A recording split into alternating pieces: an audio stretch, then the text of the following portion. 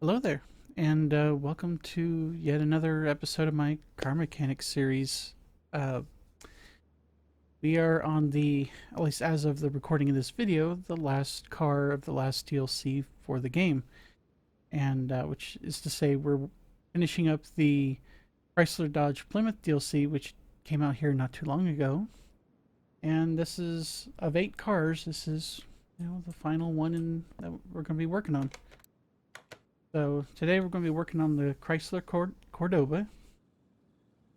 Nice little classic car that, not gonna lie, looks similar in styling to um, the Oldsmobile Cutlass. Obviously, it's not same car, but it has that similar styling because his was like I want to say like an early '80s, like an '81 or something. But it had this similar style where you had the two big honking doors and yeah, it's looks like it's been decently taken care of. Those big square taillights, like my first car, that H2 Oldsmobile had this similar style of square taillights on it. Okay, that's everything off of there. Yeah, let's get the frame. Before I forget, we completely skipped over that. Take care of that here. Get that all touched up and nice.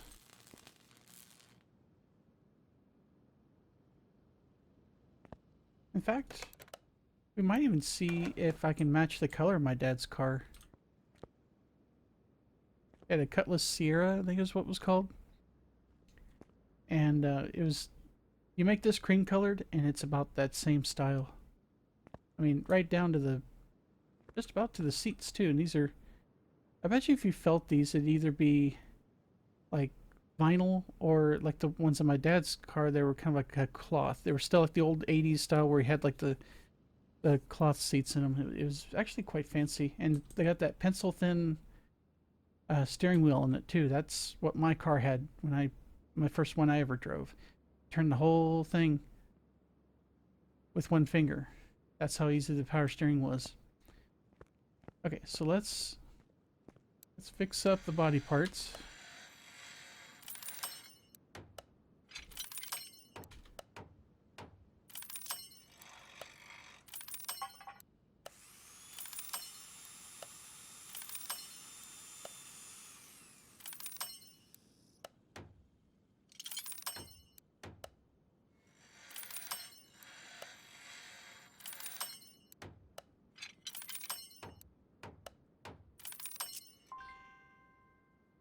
Alright, let's take a look. We sort by condition. Where are those oaky plates? Because, ew. Anyway, joke. Joke. Okay, so let's... Hang on. I accidentally double tapped it.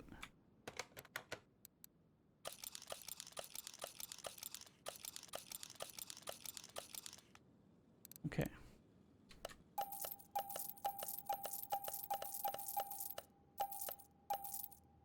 Alright, so let's go ahead and order and get to the right spot. That's not the spot either. There we go.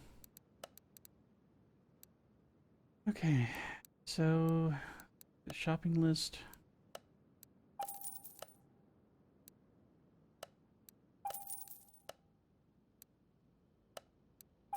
Most of the stuff we pretty much expected that wouldn't be fixable, like the glass and the headlights and the taillights.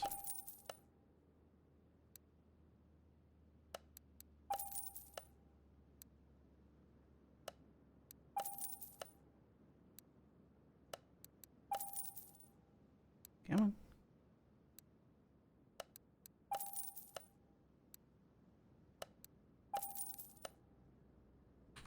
Alrighty. Should have enough to get this pretty close, and then we'll go get the custom plates.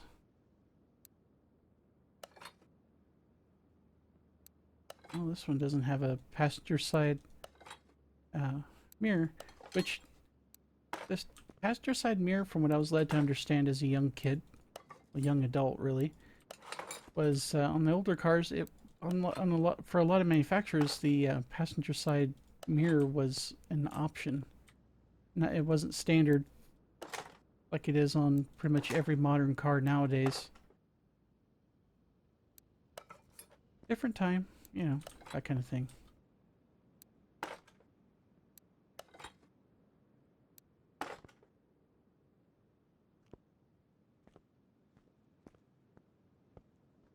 It's not a bad color, but I think I still want to change it. And those rims are in good shape too. Right, custom plates. I think I'm just going to do my standard ones. I don't think we're going to do a themed build necessarily.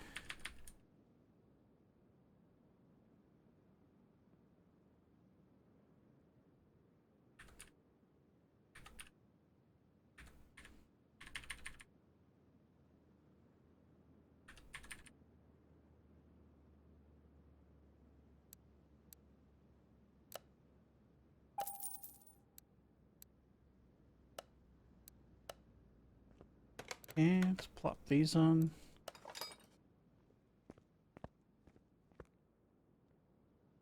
And also these cars, you notice there's no fuel caps on either side.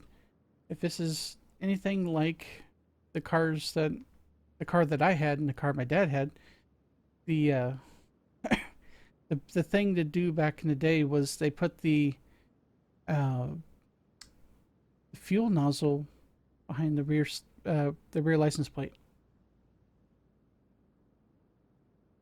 I know. Some people are saying, but they're not dangerous. Not as much as you think.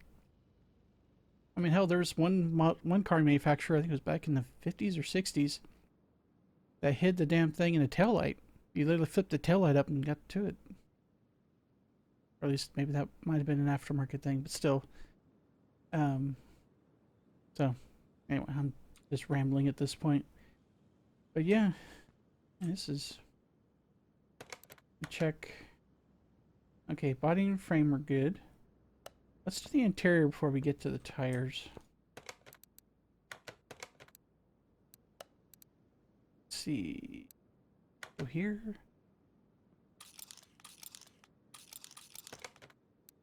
Disassemble, so we can go ahead and yank all this.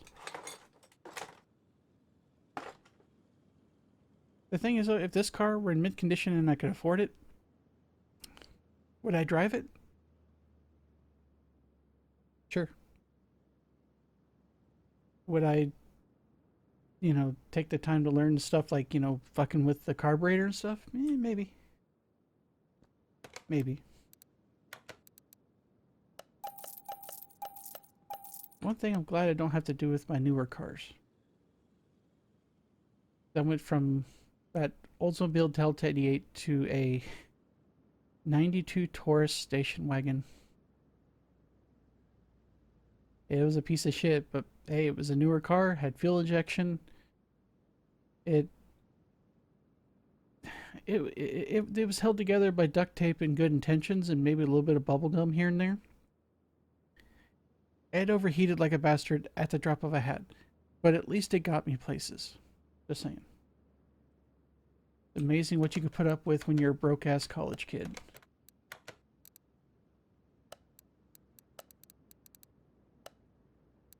That thing got me through college. Actually past college, about a year after I graduated, I bought my first, used car.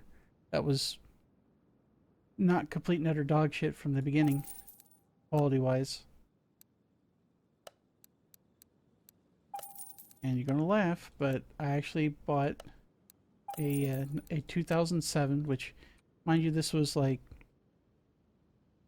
or excuse me, 2004. So it was a 3-year-old PT Cruiser. Yeah. You'd be like, why the fuck did you buy that piece of shit? No. I wanted one. And it was a good price, and the dealership and both them and the bank were willing to take a chance on a, recent college graduate that had no credit history.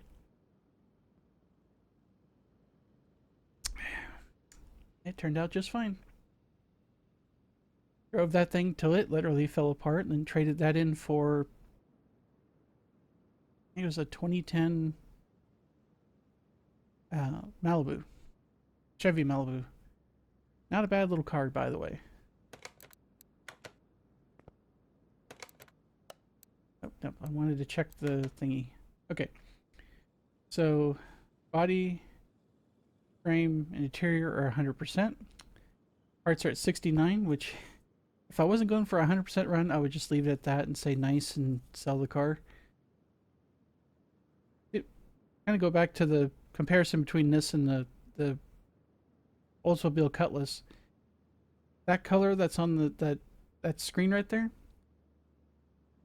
is closer to the color that my dad had. His was more of a, almost like a beige or a cream color. More of a cream, like a light, halfway between kind of like a yellowish, well, not even yellow. It was an off-white, I think is what the, might have been the color code for it. Similar to my PT Cruiser, which was nearly identical color. You know, they literally just listed it as off-white. Or actually the state just went, hey, what color is it? And the name for some of these paint types that the manufacturers come with are kind of screwy. And you're just like, oh, electric metallic blue, or whatever the fuck it was for the cars that I've got now. And it's like, okay, so it's blue.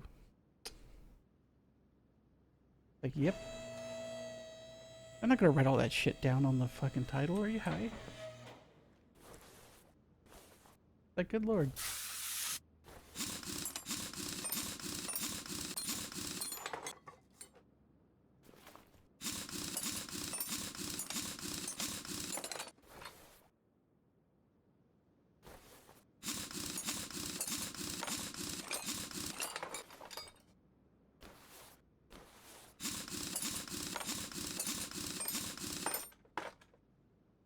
Okay.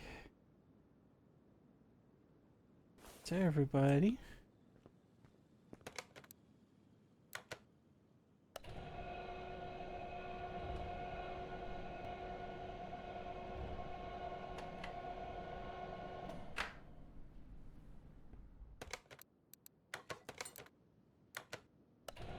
Sorry you happened to catch me in a little more awake energy-wise level. Normally when I'm doing this, I'm, you know, flat exhausted, but now I've actually got a little bit of energy for, you know, first time ever, because I had a decent night's sleep.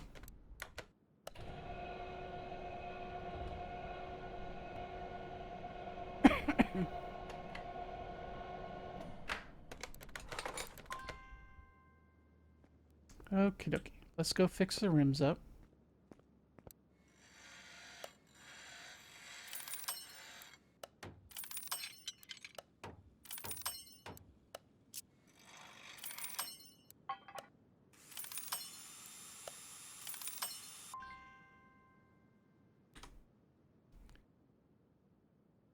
Okay. So that should get us, yep. Oh, we got lucky. All the tires are the same size and proportion. Good. That means we can get rid of all but one, and then we can use that for comparison. And go over to the tire shop. Okay. Vintage tire A, and we need 205/70.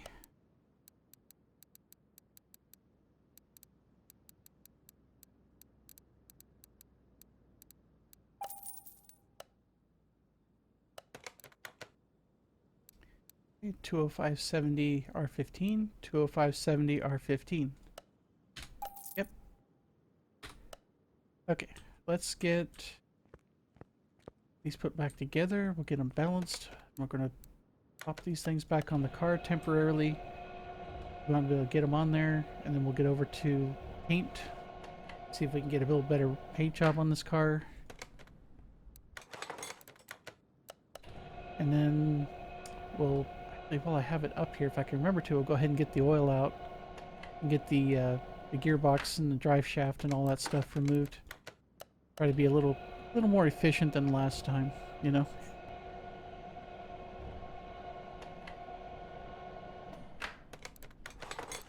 Now, like I was saying earlier, this is pretty much the last episode I'm going to do for this series. Unless they happen to come up with another DLC, which, if they do, then we'll, you'll see more episodes. If they come out with another car mechanic sim game sometime in the future, or if I find a game similar to this, I've seen a couple that I might want to try and experiment with to see how, you know, easily I can pick them up. You may see some other stuff in the future. I mean, we're going to see something. I mean, I still want to make YouTube videos. Doing this series kind of got me over the mental hump of, you know, being too anxiety ridden to do these videos. And the fact that you guys have... Oh, right, I forgot to freaking balance the wheels. Damn it. I got ahead of myself there.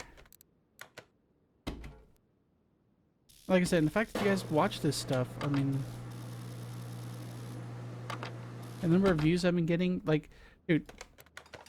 Okay. That Viper... that Dodge Viper video I did here recently. That thing's literally... It just crossed the threshold, like, either today or yesterday. For the #1 spot of... in terms of just... sheer number of views. Like, it beat the F350. The F350 video took, like, I don't know, I think 5 months to do what the Viper video did in terms of views in 5 days. I mean, it just... damn. Y'all have just been awesome with that stuff. I looked at those numbers here earlier in the day and I'm just like, what the hell? I mean, it's a pleasant surprise, but, you know, still. Yeah.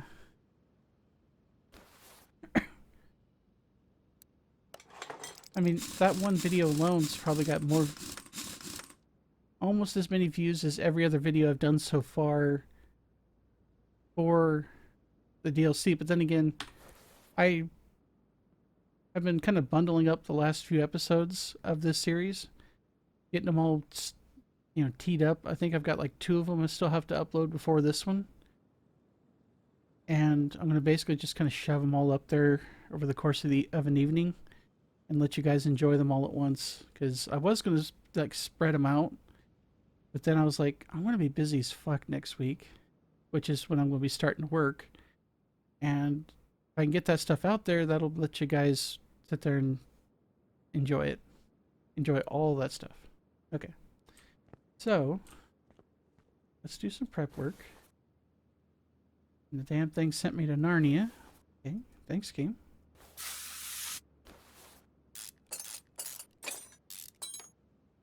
Long wheelbase is long. There we go. Well, send me back up there. Thank you.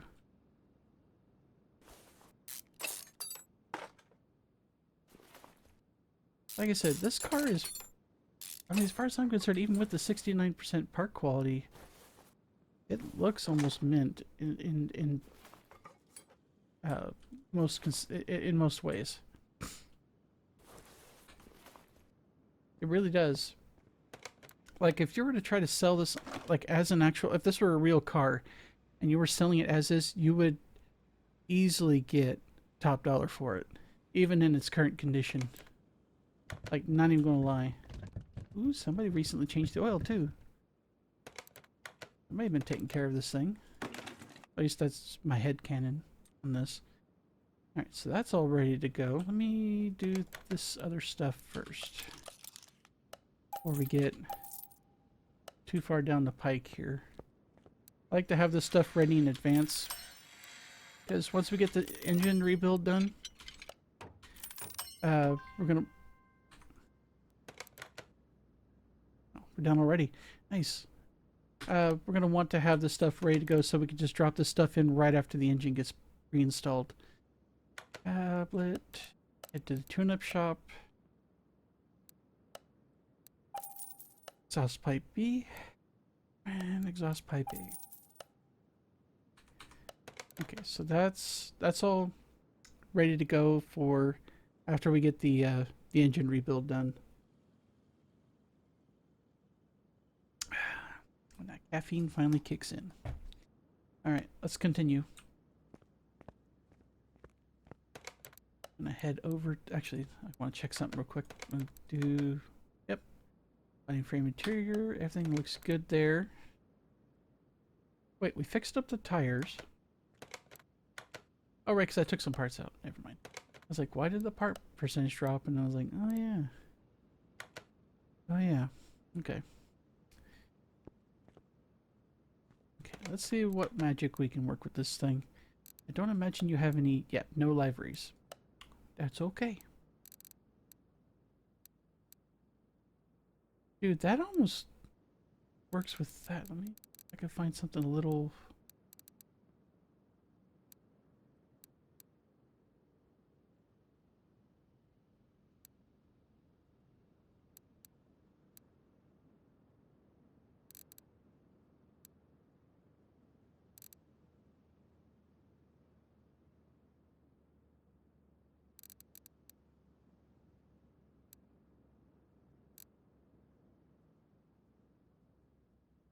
I think we're getting closer here.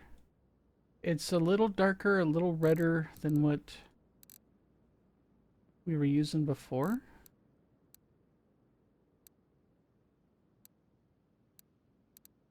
No, we're not doing green. I'm not gonna lie, I'm kind of digging that.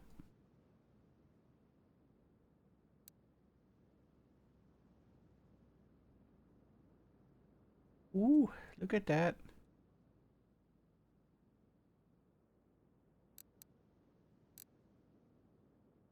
No. Go back. I wanted to contrast a fair bit with the Landau roof part, aka the cloth roof. Those looked really good on the car, but man, did those things, if you didn't take care of them, they cracked and shredded, and ask me how I know that.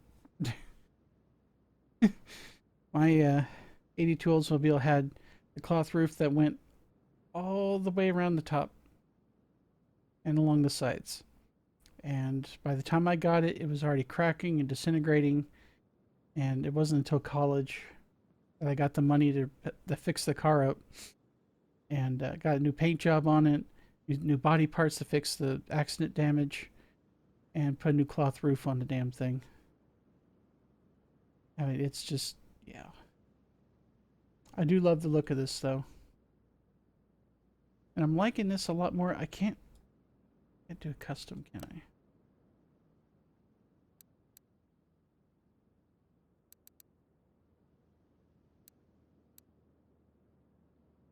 That actually doesn't look bad on it either. We haven't done a blue car in a while.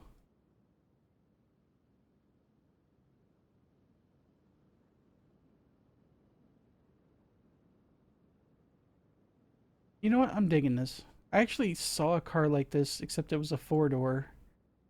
Went next to the car that my mom bought me back when I was 16. And back in the dark ages, you know. Different time, different place. Had this exact color on it. The only reason why I think we ended up not buying that other car that looked like this or similar to this was the fact that it wouldn't start. The car, I'm not kidding, we were on one of those like fly by night, like small mom and pop, you know, used car shops, right? I go up to this and go, this looks like a neat car, and it was within my mom's price range, which was to say not very much. We were like $1,300 max for the car. I mean, we were that was big budget for us, you know. Plus, she didn't want to get me a brand new car. One, she couldn't afford it. Two, even if she could afford a brand new car, she wasn't going to give a 16-year-old a brand new car. And we settled on this light blue one first, and it wouldn't start. We went to the car next to it, which was the brown car, the 82 Oldsmobile. That started up, and we drove it around, and the rest was history. Yeah, we're going to go with this. I like this. I was going to go with that red color I had before, but this looks like it belongs on there. I was hoping that color would be... We're not doing it. I was hoping to be able to do like an off, kind of like a cream color, almost like an off-white, but we can't quite get that. I don't think we can go quite that fancy in this game, at least not with the stock game. All right, let's get you back in the bay. Dude, that is a pretty car. I would seriously drive this to work. Even with it being as fuel inefficient as fuck, I would drive this car. In a heartbeat. My dad would too, for that matter, if he was still around. Man, I wish I could have shown him this game. He would have loved this. He was always into cars, and I thought this... I think had he been still around, and I'd been able to show this to him, he'd have probably bought his own copy of it and learned how to play it. He was already kind of a shade tree mechanic type, so he knew his way around a car for the most part. And plus this car would probably give him a lot of nostalgia vibes. Anyway, crack the hood open on this thing. So we've already got the exhaust removed. We've got the gearbox and the starter removed. Exhaust parts have already been swapped. We already bought the performance replacements for the ones that connect. We'll do the rest later. And so we should be able to just pull this straight out. Unless they did anything fancy, this should just be a bog standard V8. So shouldn't encounter any surprises during the engine rebuild. Yeah, I miss these older cars. You had like ample room to work on the engine, and you could actually see down past the engine to the ground. It wasn't packed full of gear like most newer cars are. The 360. Not sure what how big the displacement was on my 82 Oldsmobile. I know it was like what they called a rocket V8, but that could mean it's either like a 5 liter or just slightly smaller, just under 5 liter in terms of the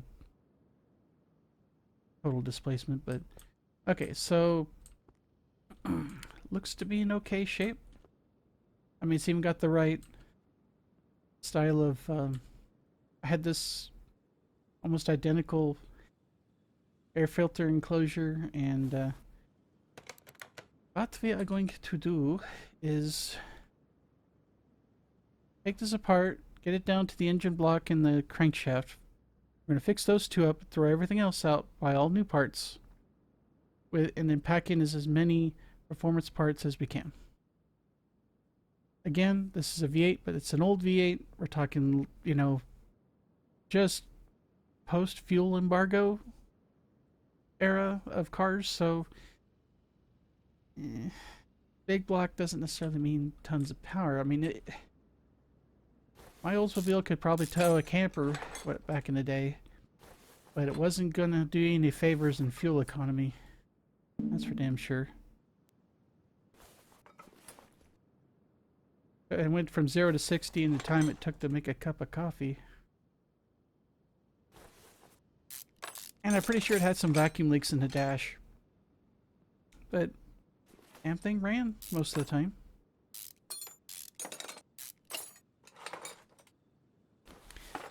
And for 16-year-old me, it was a good way to learn how to drive in the wintertime, because it was a rear-wheel drive much like this car.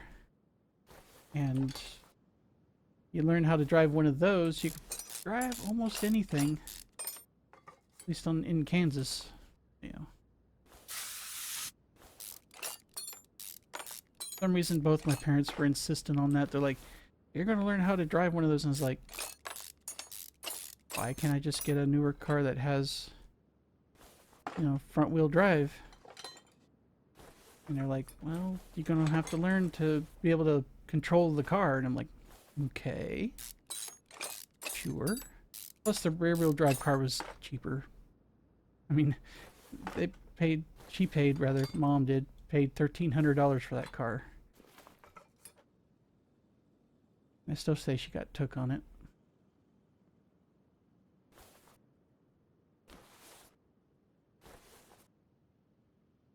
Okay. Yeah, actually, tell you what, let's go ahead and grab that and we'll get the clutch parts off.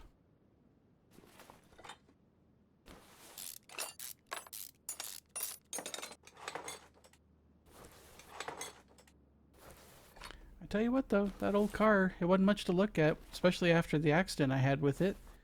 But I'll be damned if the thing couldn't take a hit. I like modern cars where it's all plastic and crumple zones. But I also did my wrist in, my shoulder. Not in the same accident, mind you. But yeah.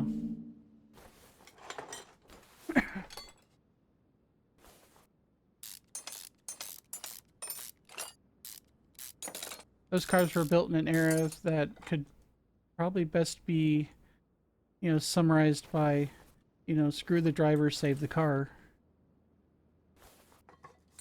First accident I was ever in, I chipped a bone in my wrist, you know, like right there, and spent 6 weeks with a cast on my arm.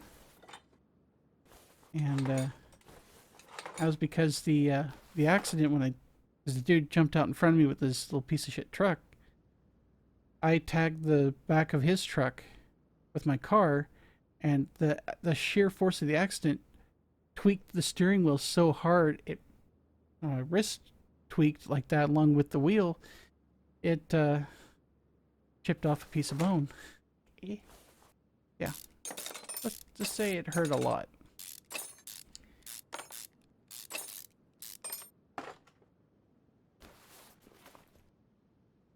Yeah, that was when was that?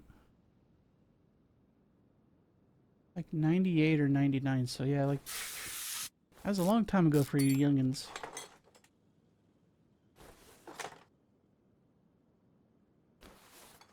I drove that car for another couple of years before I got it fixed up. But you know, the sad part is with the motor vehicle laws we have in my state, my car still wasn't the worst one on the looking one on the road by any stretch. There were people out there driving stuff in that were practically in tatters.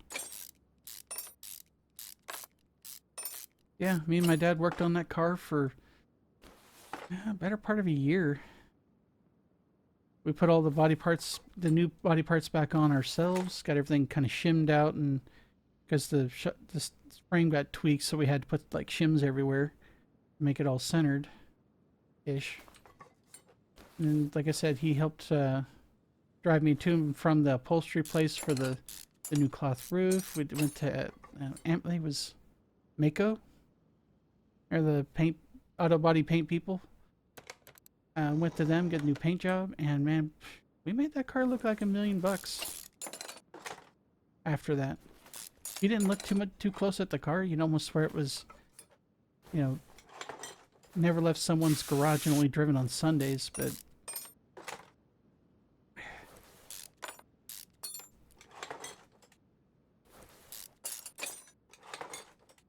considering the what little budget I had, and my dad was able to contribute because he was not exactly rolling the dough back then either, we made that car look pretty damn good.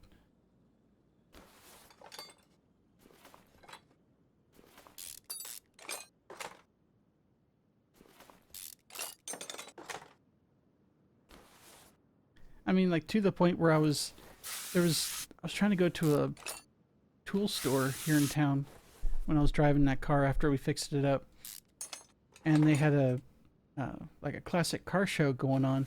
I kind of parked on the periphery of it because I wanted to just go around and go in there, get some stuff, and come out. I come out and there's like a couple of people looking at the car and they're like, "Is this thing part of the show?" And I'm like, "No." Like, it ain't that fancy. I mean, the subwoofer kit in the trunk and the speakers sitting on the back seat probably would have been a dead giveaway, but they asked anyway. And yes, I was one of those idiot teenagers that had a loud sound system. It's a phase you go through when you're growing up. Some of them just never grow out of it. Like half my neighbors, for instance. Alright, so put you back on. Put the crankshaft back on. There's going to be the start of almost a totally new engine at this point.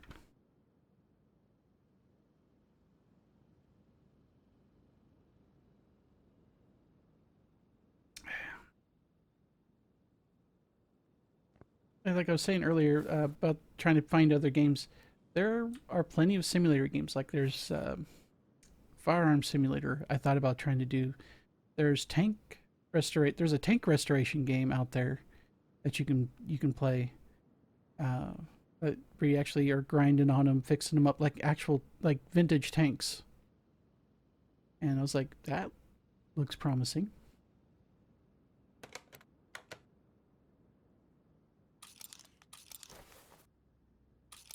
I thought I was going to do that automation game, but you know, the one that where you can build the cars custom, start your own car company, and then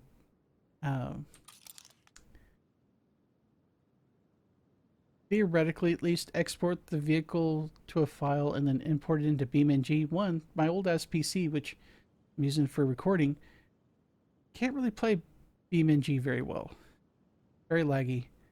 And two, that game, the automation game, apparently is quite buggy.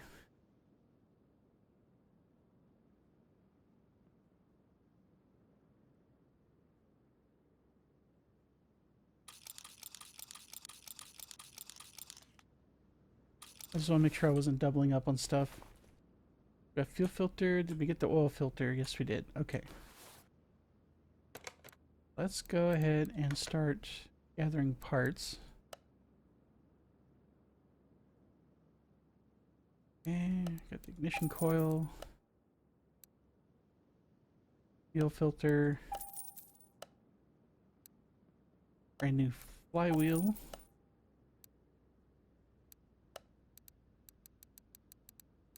Pistons with connecting rod. And camshaft. I knew there was one more somewhere. Okay, so let's go over here.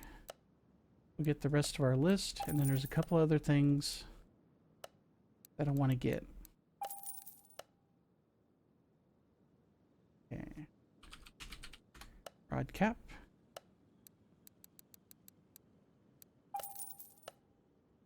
Okay. Force the habit to go back there and clear the list, even though it wasn't on there to begin with.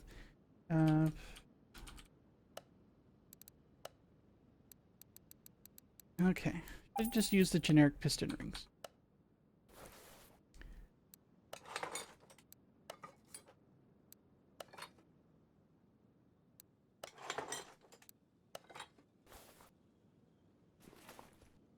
Oh, we forgot the distributor.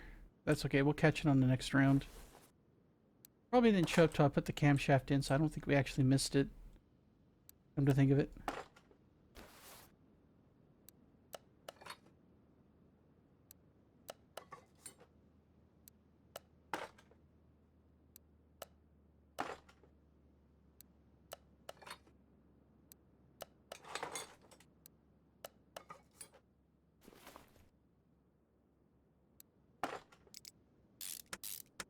Okay, get these crankshaft bearing caps in.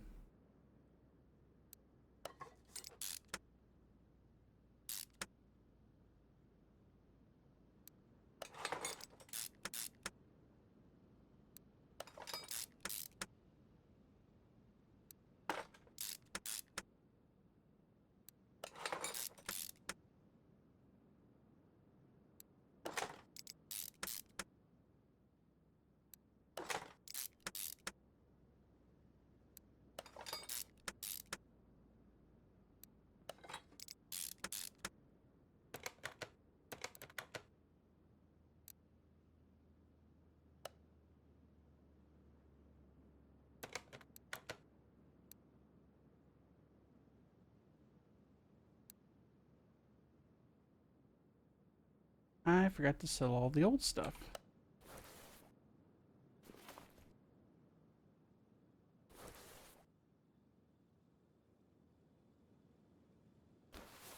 That at least. Got the right one there. Filter should still be... Yeah. I can't believe I forgot to sell all that. Okay. Well, like, thankfully we didn't get too terribly far with it anyway, so... Doubtful we got any of the wrong stuff in there.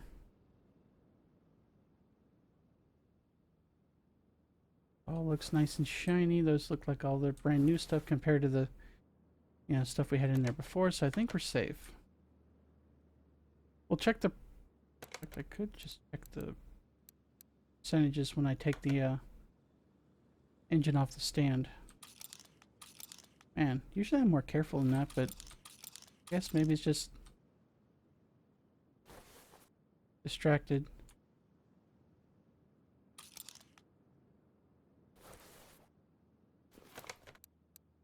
Okay. So, engine head A. Engine head B. Ambient standard. Right. Pressure plate. And distributor.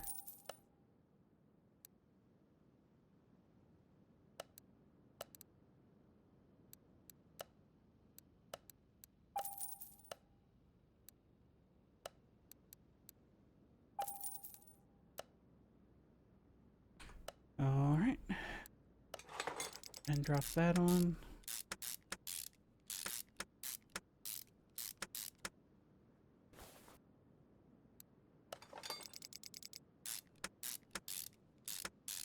Like I said, I'm not near the car person that my dad was, but I learned enough to be able to do, you know, basic maintenance and try to attempt some, you know, simpler fixes on my vehicles. Even just that little bit that I was able to do, I was still able to save myself, you know, hundreds of dollars in repairs. So, yeah, I would say if you get the opportunity to learn how to work on your own car, do so. Safely, of course. Easy to get in over your head if you're not careful.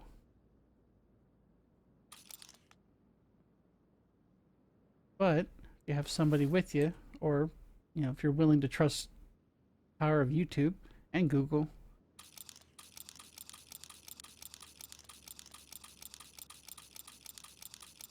you can go there and find plenty of good tutorials on how to do that stuff.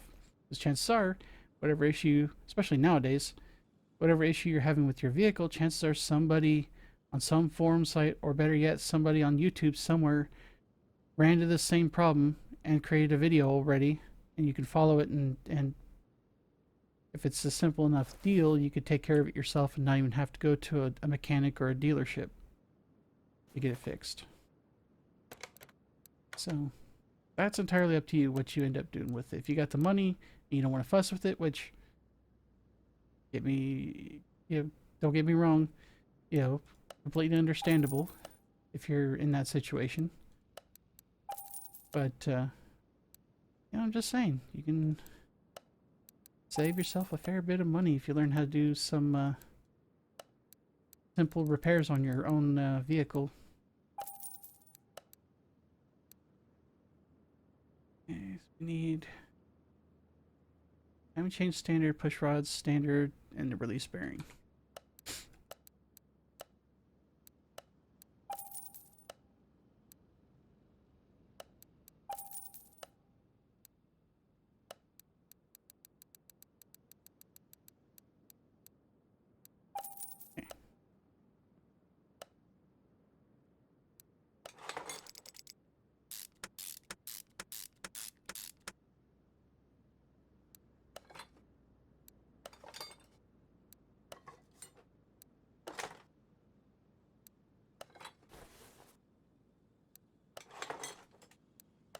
like I had an issue with my 18 Chevy Silverado where I kept hearing something had popped loose and I couldn't figure out exactly where the sound was coming from.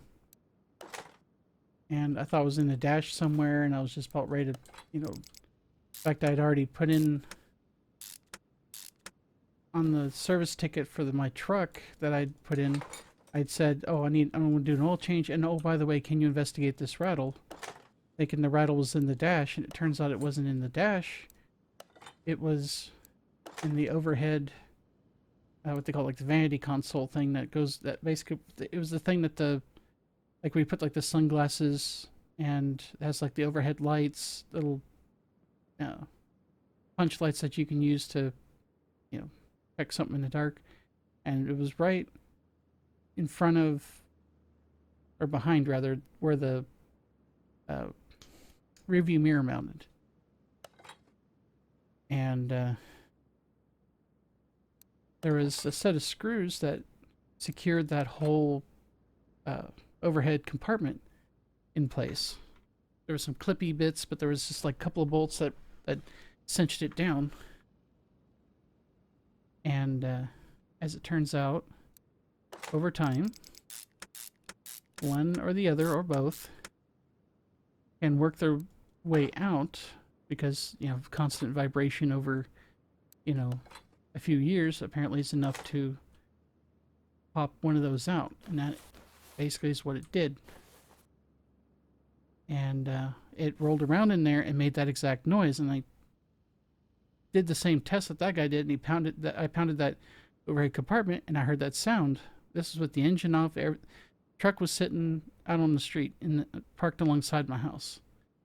Popped the one little panel out, saw the screw, threaded it in, tightened it up, slapped the cover panel back on. Simple. By the time I got to the dealership, I was like, yeah, I already fixed the rattle issue. You can just do the oil change. Yeah, save me a bit of a diagnostic cost there. Again, not, you know, like, didn't exactly save the world by figuring that out, but like I said, saved me a little bit of money and time.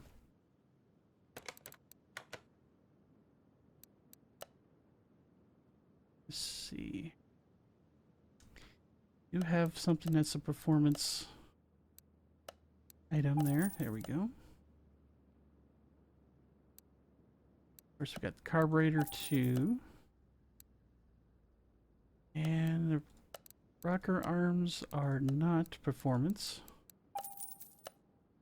Neither is the timing cover. Okay. Drop that on there.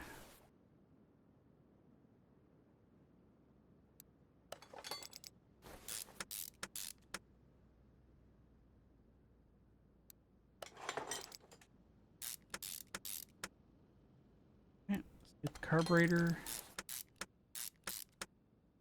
Good to go. Carburetor cap, air filter base. And we got 2 engine covers. I don't think we have anything else back there. Let's start marking this stuff. 1 big hunkin' water pump, crankshaft pulley, and a power steering. Good to go. Okay. So let's go here. Carburetor cap. Filter base is standard. Head cover should be standard. They are. Water pump standard. Pulley standard. Power steering pump. There we go. Boom. Okay, one thing I want to get before we do anything else. Good old clip B. I almost guarantee you that distributor cap is going to use that. They almost always use just that particular clip type. Because clip A, I think, goes on the air filter boxes on the newer vehicles.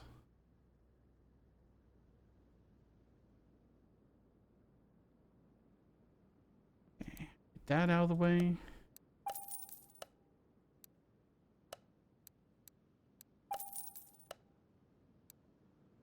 Got the 2 covers, got the water pump.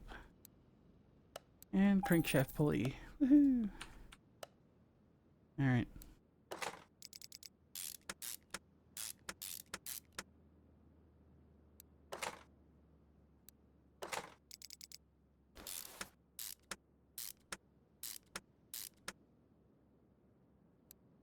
So, after this particular video, which is, like I said, the last in the series, is uploaded, I'm going to be kind of taking a little bit of a break from doing this stuff. Not a huge break, mind you. But I want to get into a new routine with the work stuff and get everything situated there, and then see what kind of free time I have. I know I'm going to be spending quite a bit of time in learning mode because I've not been doing anything for work for the last 8 months.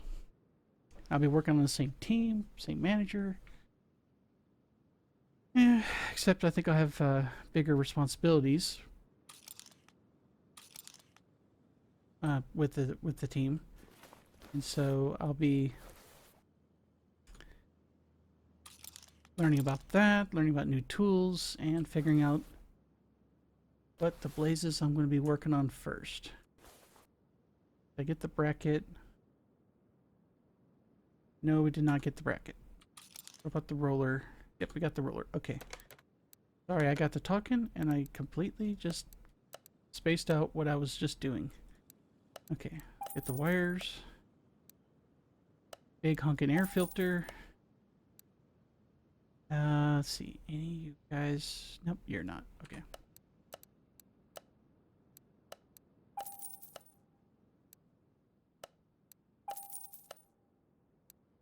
My first day at work's going to be a bit of a, let's just say, unique experience.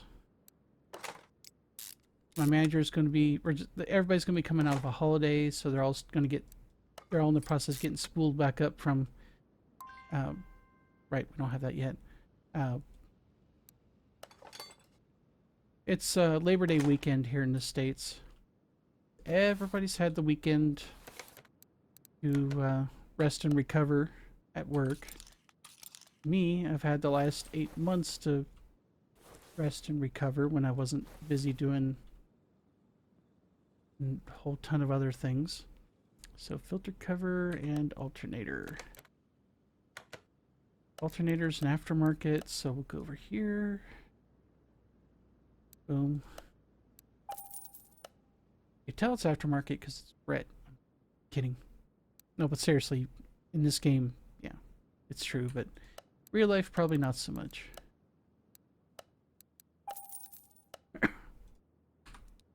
These had the, in real life, for those who never fucked with them, they do not have that bolt. They have a bolt coming up through the carb.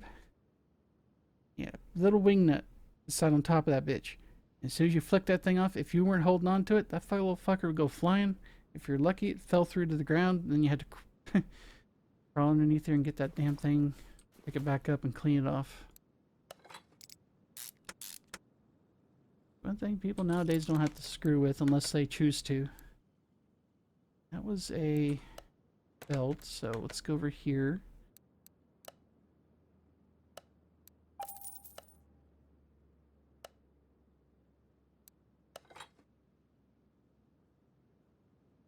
Okay, put the other belt on.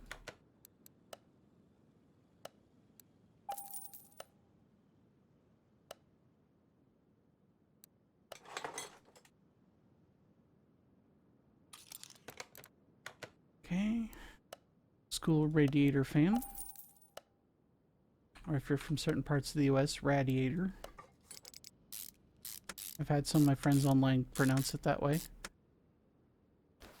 Alright. I think that's it. Looks like everything. Don't see any missing parts.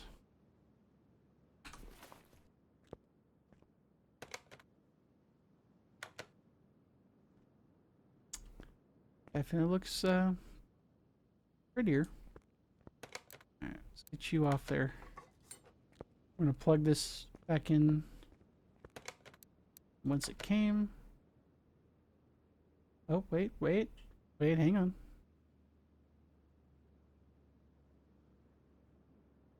See what I see? We accidentally let a part through because I didn't sell that stuff before.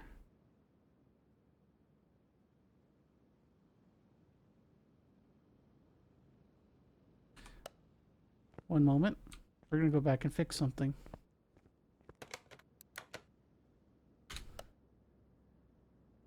Luckily, it's an easy fix.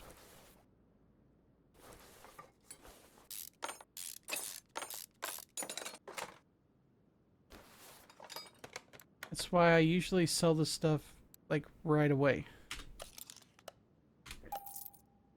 I got distracted because I got to talking and, you know, it happens.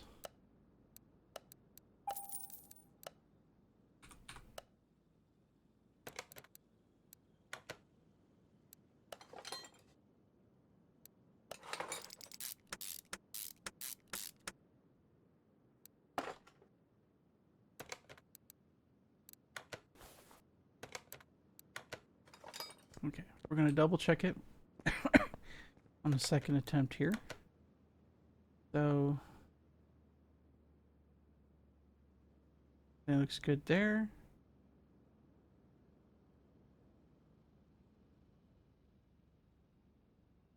Well, you gotta be kind of an eagle eye here, even if you are careful.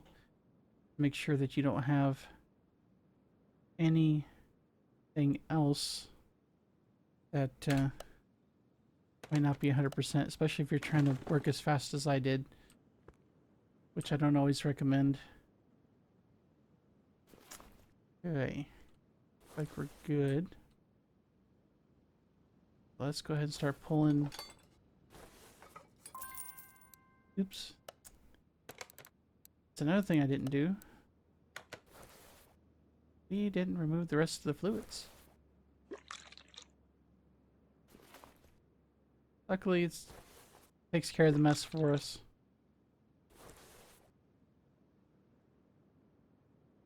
Come on out.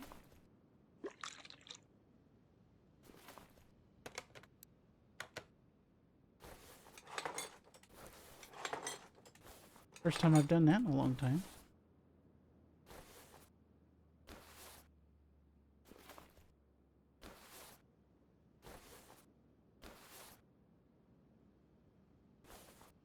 I'm just looking around, make sure we didn't mess anything else up. Or forget anything else. Oh. Over here. I'm looking over here on this side of the engine for it, and it's all the way over here. Let's go ahead and grab everything out of here.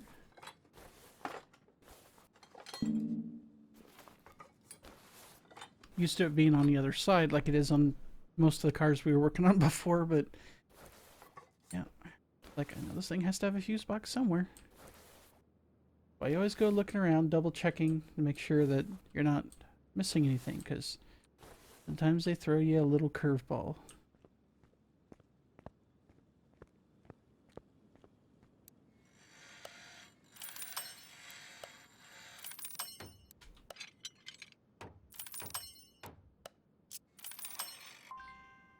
Okay, so that wasn't very many, so let's go ahead and let's see, where are we at here? The battery we can fix up. Do that real quick. It was already at 75, so it wasn't that bad a condition to start with. Okay, I took care of the battery.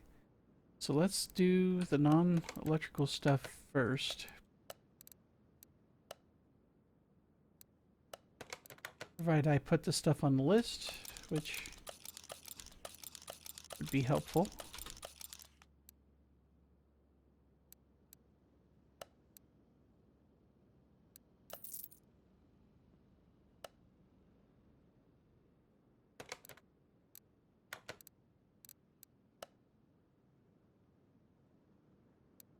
Okay, somehow I marked the reservoir twice.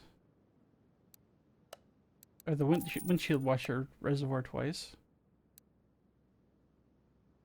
Okay, so it looks like we got a bunch of fuses, so let's go to electronics. Alright, like I said, this is rather slapdash, but like I said, I'm just trying to get the last of these videos done here in a big hurry, so just bear with me. Relay type A, so we need 3. Okay. Fuse type A. Relay type B. Fuse type C. And the fuse type A. Okay.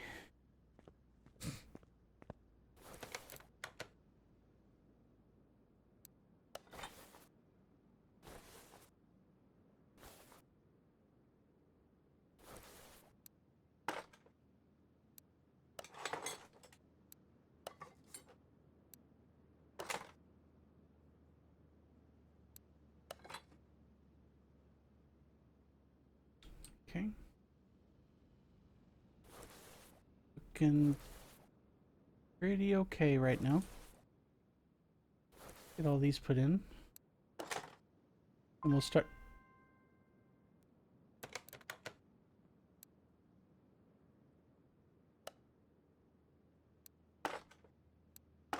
Okay, apparently I missed a fuse, or I missed a relay somehow. I managed to get everybody with that. Guess what?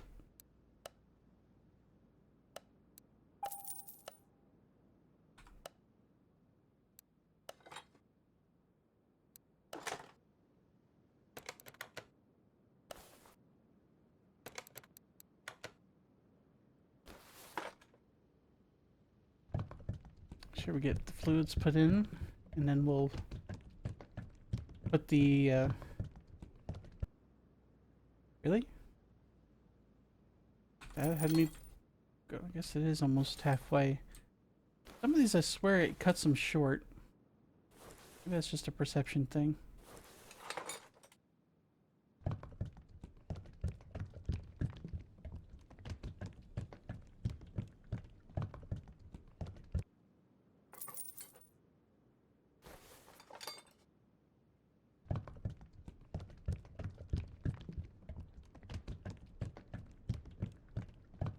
I'm deliberately overfilling this one, so don't panic.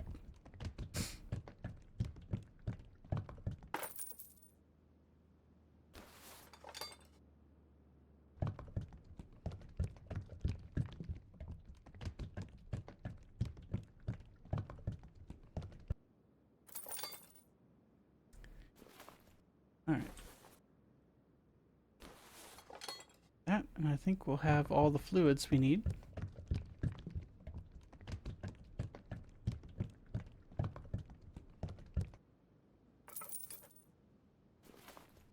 Right. Everything else looks good. Get her up in the air.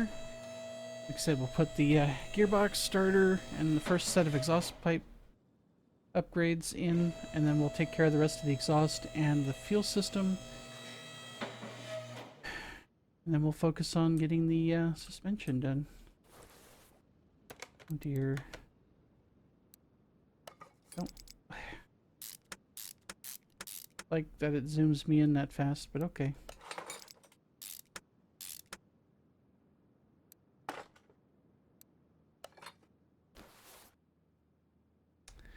Like I said, we're not going to be putting in the drive shaft until we get the suspension redone.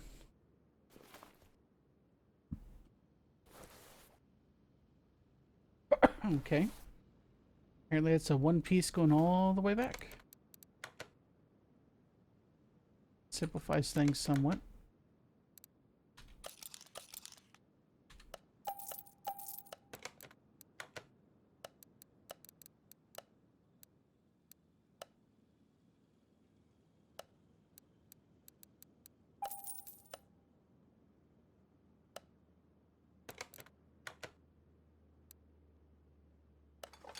I bought double, didn't I?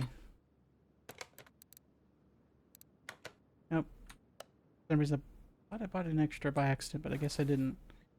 Well, that was easy. Now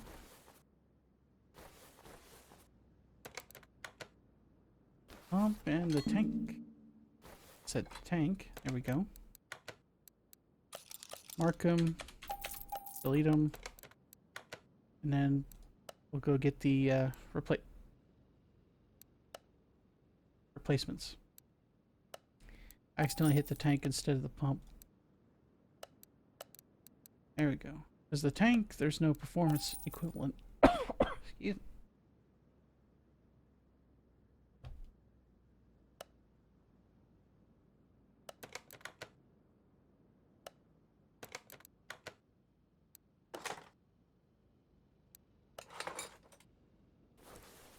Alright.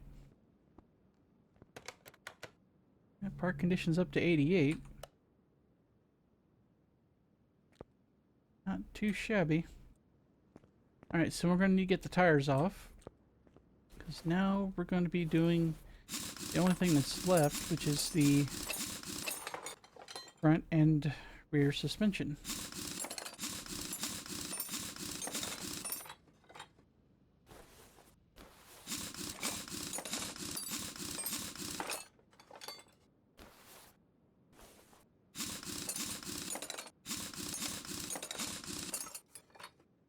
Alright, since we're here, we might as well go ahead and start with the front. Get all this torn out. We're not going to be able to fix everything, like the suspension assemblies. The parts for those won't be fixed. We'll have to replace those along with most of the wear items like brake pads and bushings. Other than that, though, I think we should be able to fix most of the parts. At least a good chunk of them.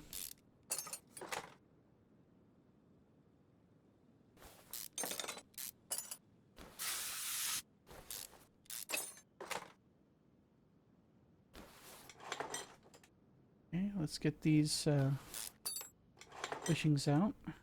I'll have to fuck with those later. Get out of there. Thank you.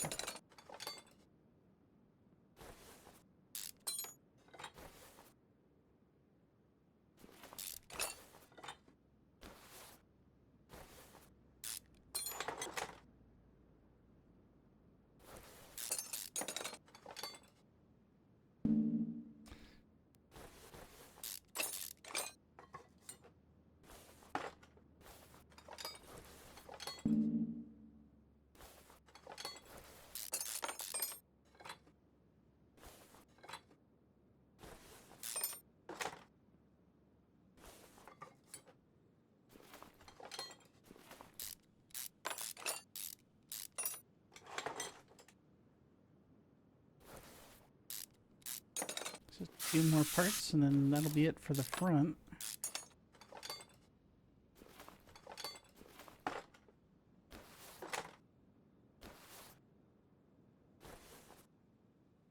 Alright, let's mosey on down here and we'll do the same for this end. Just take everything out and we're going to fix what we can, replace what we can't, and go from there.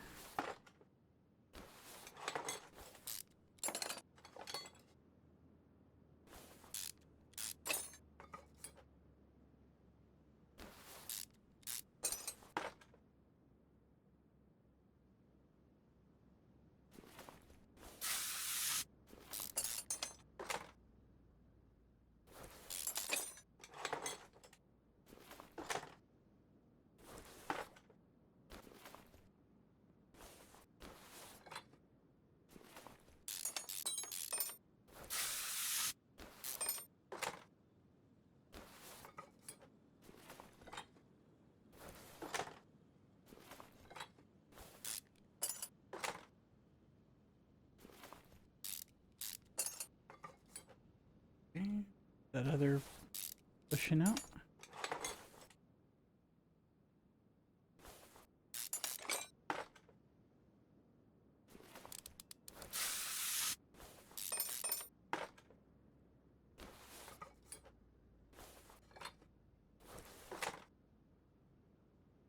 Right, it's like everything. Let's get those assemblies torn apart.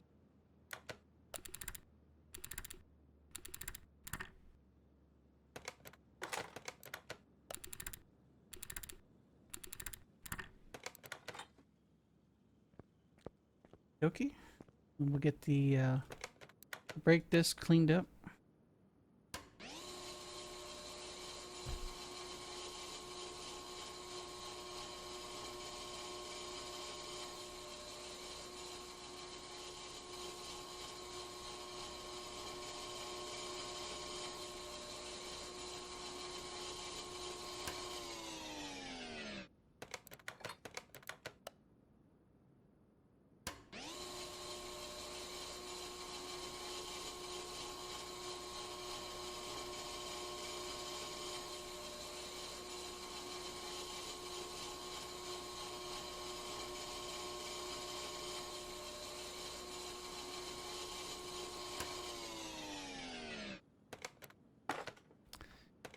I was just, yeah, they should have just the two.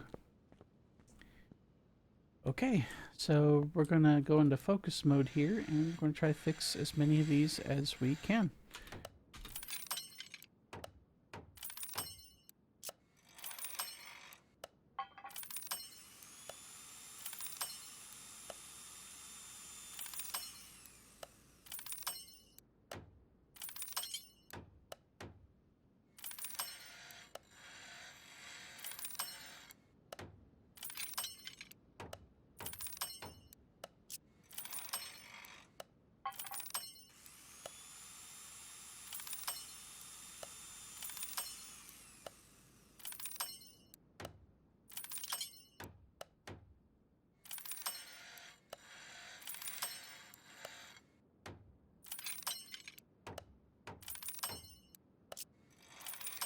We're getting there.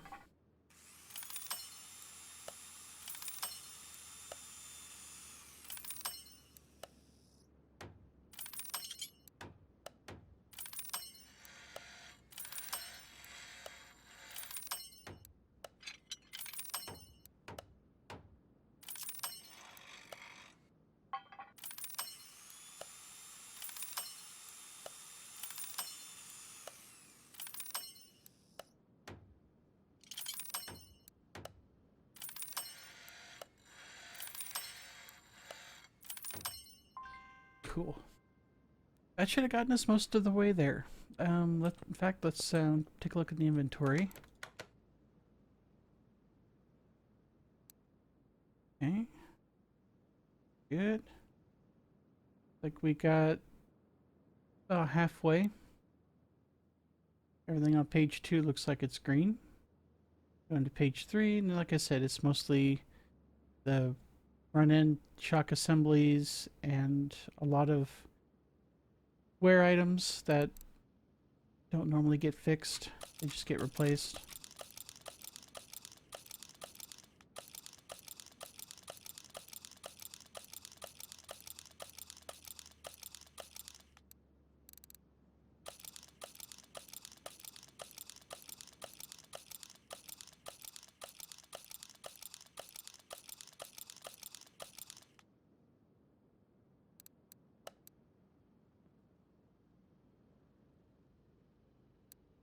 Boom.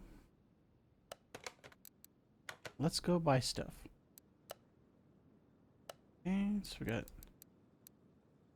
4 small rubber bushings, 2 double wishbone shocks, aka front shocks, 12 rubber bushings,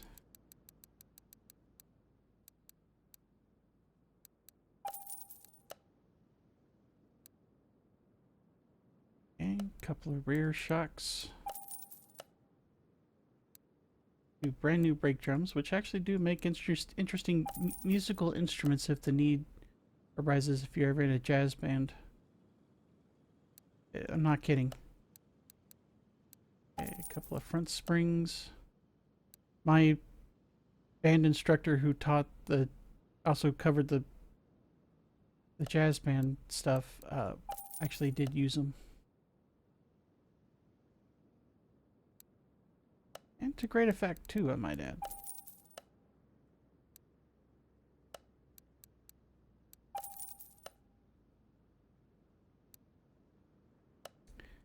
Okay, couple of inner tie rods, couple of wheel hubcaps,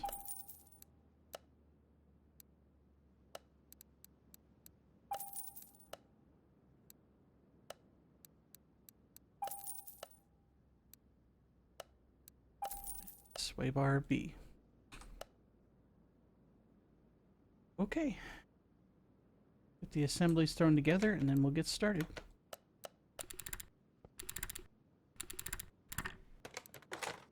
I know I kind of went heavy on the, you know, old stories and stuff, and yeah, I got a little distracted while talking about that stuff, but you know, some of the kind of memories kind of pop up when I'm doing stuff like this.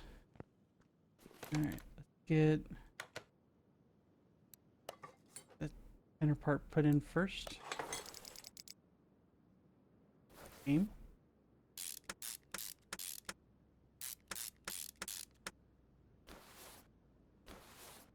Get over. Thank you.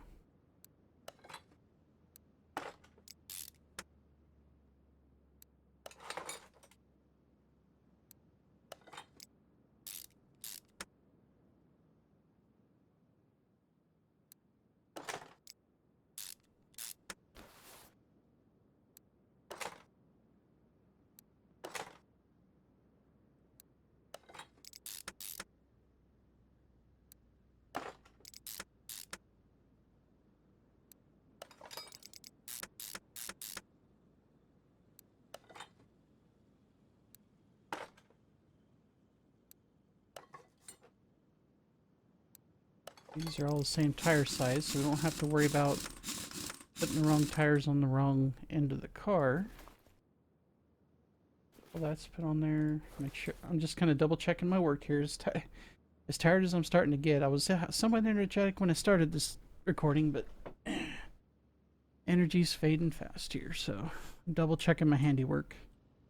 Everything looks good. Let's get over here and do the same thing for this side.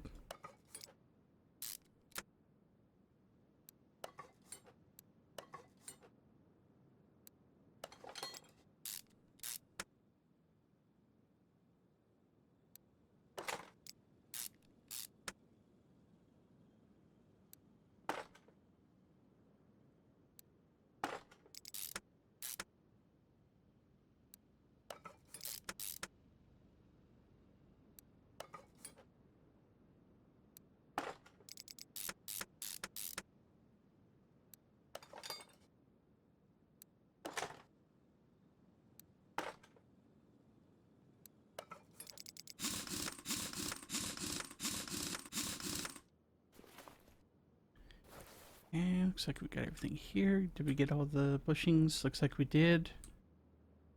Alright. Let's head up front. Start throwing down the intermediate, or the preliminaries here. Before we start on either side. Okay.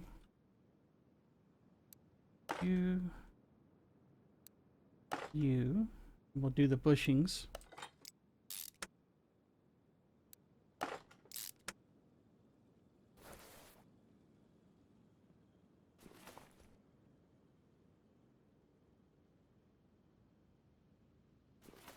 Come on.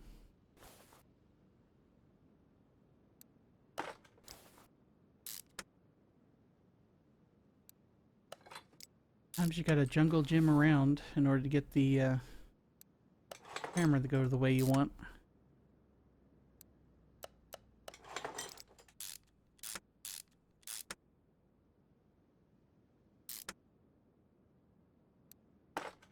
Hold up.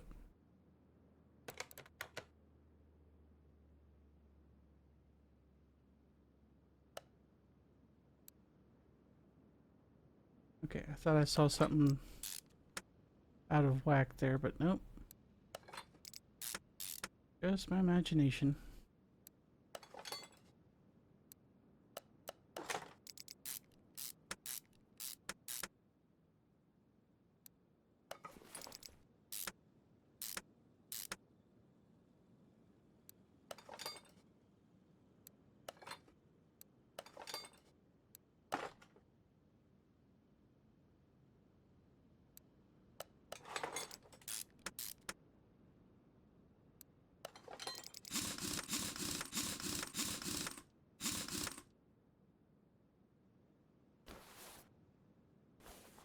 Do a quick check here, make sure everything looks right.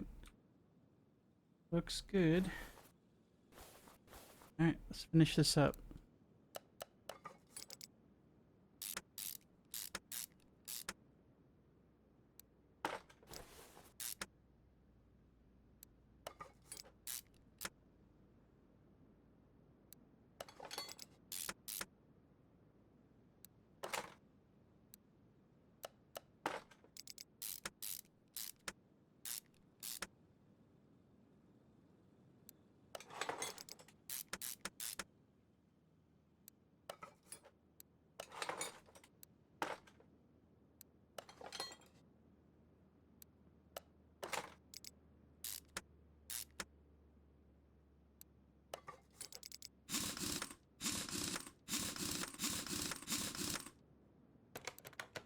Okay, inventory is empty. Check the car. We're at 100% condition. Good job, everybody. Once again, another good effort by everybody involved.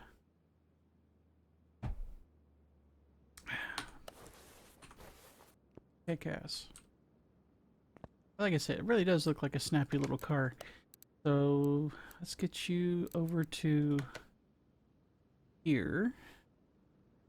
I'm gonna straighten out the headlights and the wheels.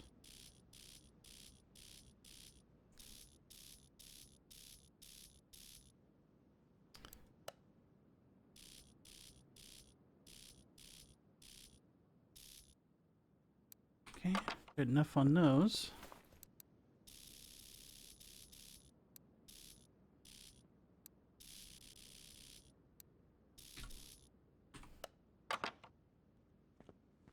Alrighty. Let's get her over to the dyno booth. Again, don't expect miracles, but should see a pretty healthy increase from the stock numbers at least. 193 horsepower, so that should tell you right there again. The time it was built, it could have been worse. 279 pound-feet of torque. Hopefully we get this up to some more usable numbers. I had rather a 2013 Equinox. I had 182 from the factory, so that was an inline 4, mind you. 331 horsepower, so a gain of 138, so a 72% increase.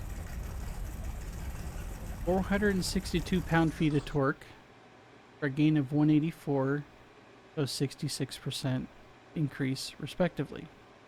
Again, this brings it into the not-so-sucky numbers, but, you know, it's definitely not an Italian sports car, nor did it intend to be. This was pretty much an everyday driver back then. Well, kind of. I would use it as an everyday driver, especially now. Not going to win you any races, but again, wasn't meant to, you know, for that kind of stuff. Go to position 1. I'm going to take some pictures.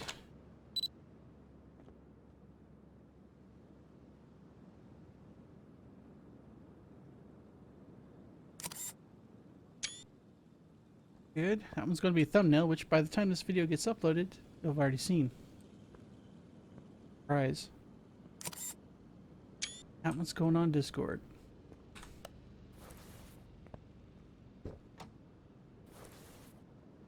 You can just feel the interior. This is, yeah, it's just like cloth everywhere.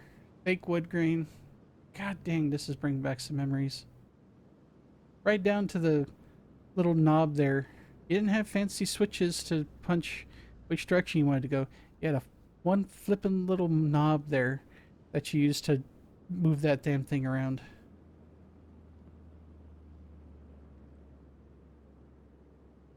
This thing got an ashtray? Not that I smoke, but yeah, there used to be a, for those weren't familiar, there's a power connector that a lot of people use for like charging their cell phones or GPS or what have you. Back in the day, used to have a fuck around and find out button. Punch it in, wait about a few minutes, pop back out, and the thing would be toasty hot. Because people used to smoke in their car. Well, they still do, but they used to be able to light them from the fucking accessory plug. What now they call the accessory plug.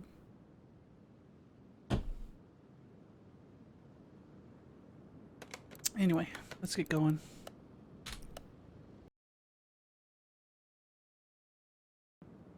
I get off in the weeds with these older cars like this, and it's fun to talk about old times. Well, for me, they're old times. For you guys that are watching, especially the younger crowd, you didn't have to put up with all these older cars.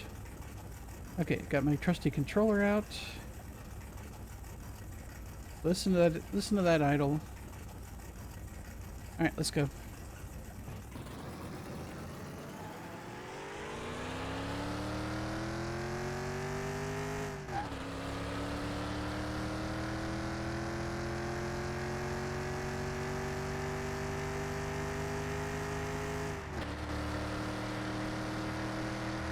Peg the speedometer.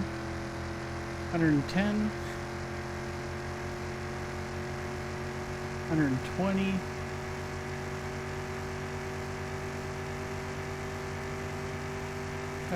I literally have the throttle all the way down, or the gas pedal all the way down.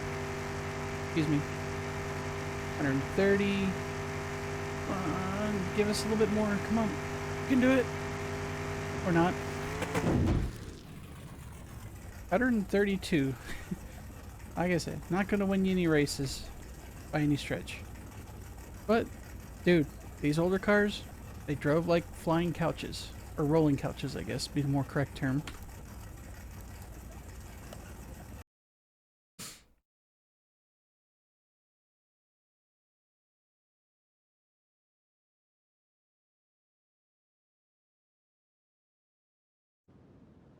Like I said, I'd drive it.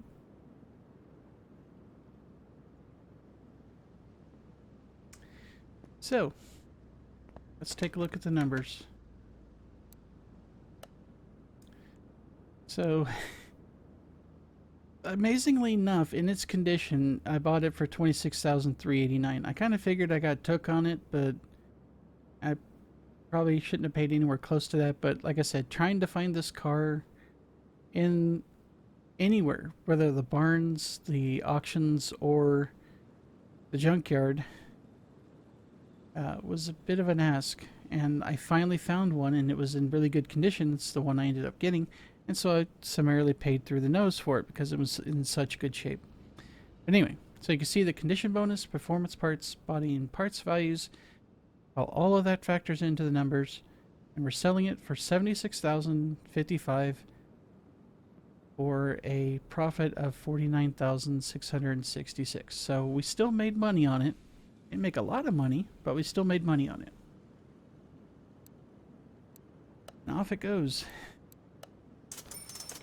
That, as they say,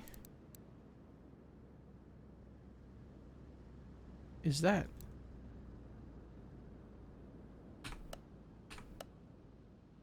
No more cars. For now, at least. Not to say I wouldn't do stuff in the future, but I haven't really committed to anything new yet. We don't know if there's going to be any more DLCs or if they're going to make another one, since this one's Car Mechanic 2021. Car Mechanic Sim 2021. They could be making a new one. If so, we'll be probably doing a series on that one if and when it comes out. But if they do another DLC in the meantime, you'll probably see me resurface and do some more and continue this series once again. It's been quite a road, literally and figuratively. We've done over 60 episodes, I think like 65 or so, at least by now. I have to go back and look, but let's just say it's a lot. And even with me messing up in some of these videos from time to time, like I did today, I like to think I improved compared to how, I was doing stuff early in the series. And can't thank everybody enough for everybody that's watched over the last 5 months. Doing this stuff has been a good way to keep my mind busy, to get me to have some kind of structure with things while I was waiting on, stuff back from like employers and stuff like that.